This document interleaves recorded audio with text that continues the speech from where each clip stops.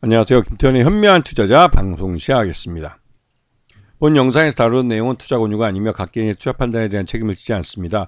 별도 SNS 채널 가입을 유도하거나 투자 권유 및 유료 리딩 서비스를 홍보하는 불법 사칭 계정에 유의하시기 바랍니다. 자, 오늘은 나라 M&D에 대해서 말씀을 드리는데요. 지난해 1분기 실적을 갖고 한번 말씀을 드린 적이 있습니다. 그때만 해도 적정 주가가 한 6,000원대 정도에 머물러서 주가가 흘러내린 게 당연해 보이기도 했는데요. 그렇게 된 이유는 무엇보다도 나라 M&D가 주 고객사가 LG전자와 LG 에너지솔루션 이쪽인데, 이 금형 쪽하고 그다음에 배터리 팩 쪽하고 이 두 개가 가장 주된 사업이기 때문에 그렇습니다. 둘 다 이 금형 쪽은 LG전자의 가전 쪽이 이제 매출이 많고, 전기차 배터리 팩은 LG 엔솔계 일감이 많았습니다. 그런데 LG 엔솔 쪽이 이 전기차 캐즘 현상 때문에 전반적으로 이 발주량이 줄어든 데다가 LG 전자도 이 금형 쪽에서는 좀 부진했던 모습을 좀 보였나 봅니다. 그래서 전반적으로 좀 어려움에 빠져 있었고, 그러다 보니 올 상반기, 그러니까 작년 상반기죠. 작년 상반기 실적은 그렇게 좋지 않았습니다. 하반기로 갈수록 전기차 캐즘 현상이 영향을 받아서 전반적으로 실적은 좀 부진한 모습을 보였지만, 그래도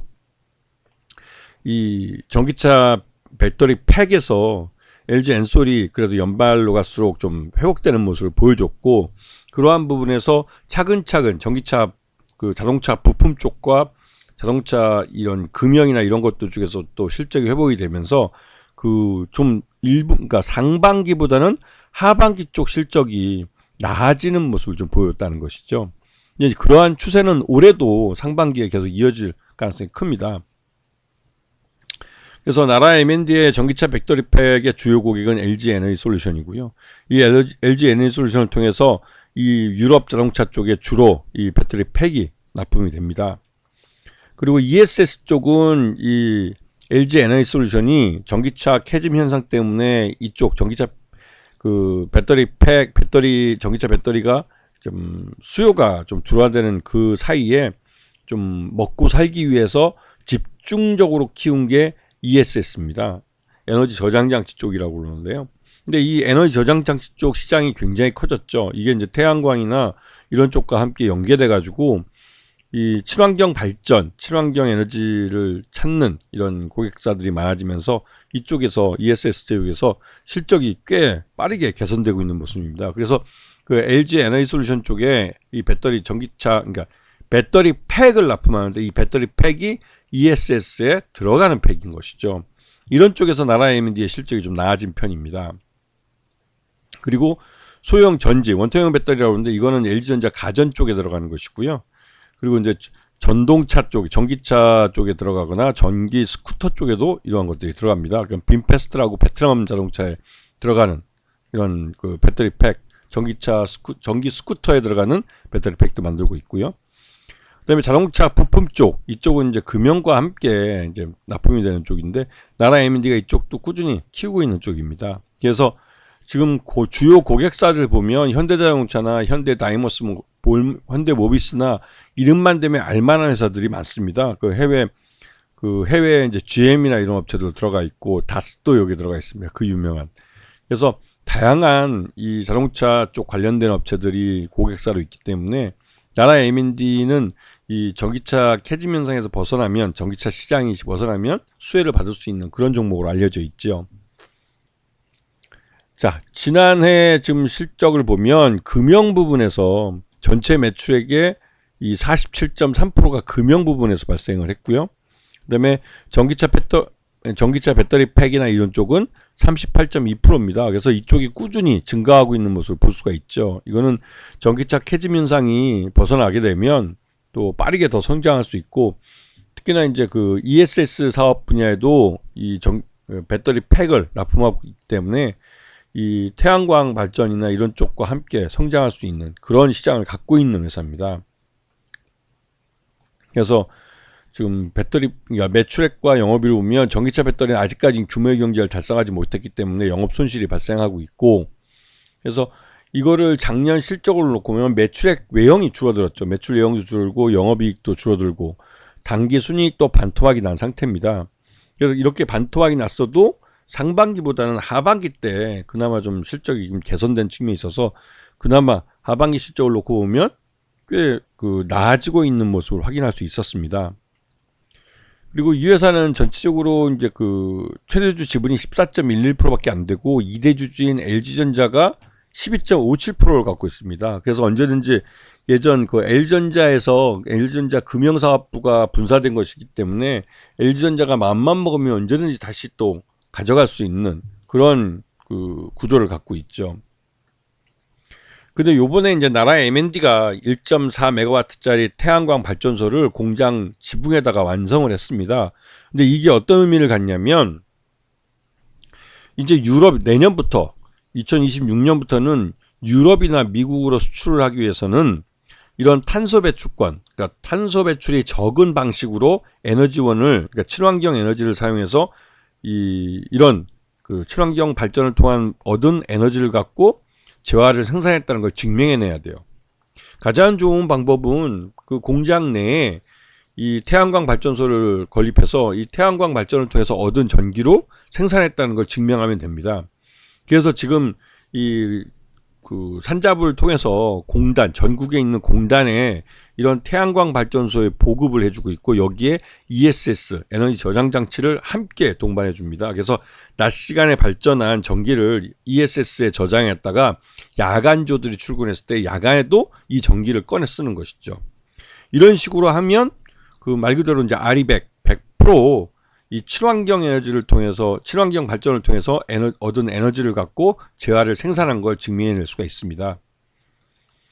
그래서 지금 나라 M&D 같은 경우는 전반적으로 지금 작년 1년 동안 실적들이 꽤 안 좋았죠. 주가도 많이 흘러내렸고 지금 1분기 때만 해도 한 6,000원 정도가 적정 주가였는데 2분기, 3분기로 갈수록 주가는 더 흘러내려 버렸습니다.